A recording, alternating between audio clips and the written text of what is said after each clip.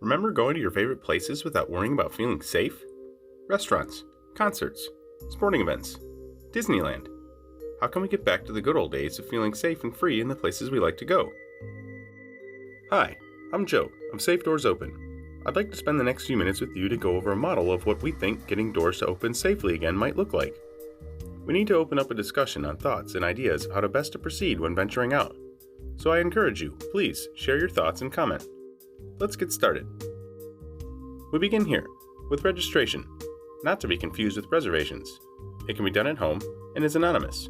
Individuals will be identified by a random number in a database and facial recognition with a PIN at venues. There will be oversight. We'll get to that later. Profiles will also store antibody test status, which means if you have them, you get in faster. Labs will sign up so they can send results to a database. Don't worry, it keeps track of some stuff, but it only knows what we want it to. Getting tested at participating labs will mean it's anonymous.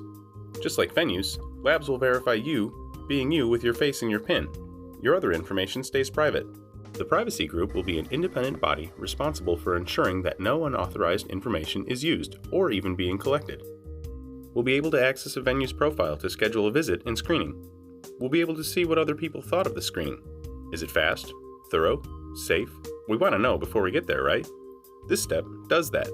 It also lets the venue manage how many people are coming in. If you're bringing your kids, you'll be able to indicate that when you schedule. The checkpoint admin will be a selected employee who manages the database and employees from the venue's end. We get checked, employees get checked.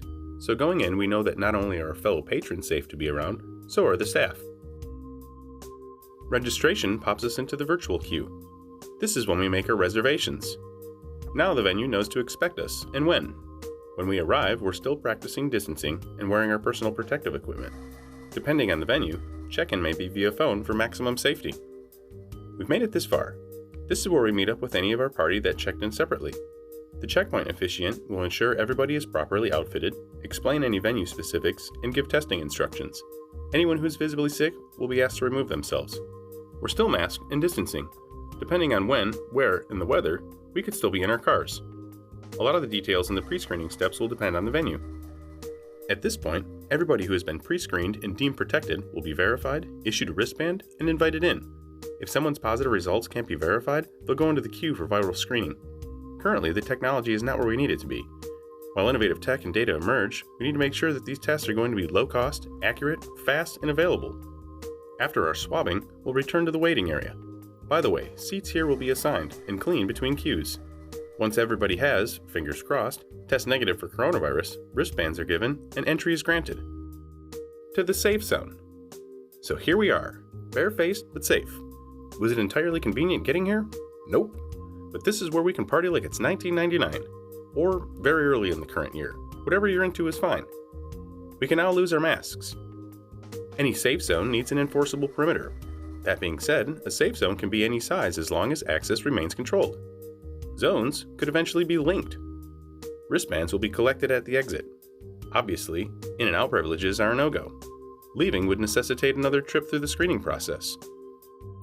This is a model of what we think getting doors to reopen safely might look like. Safe Doors Open is a site where you can gather information about these technologies and legislation, so you can have a single source for what's developing. Our goal is simple: to spark conversation that will get us back to our favorite places, safely and ethically.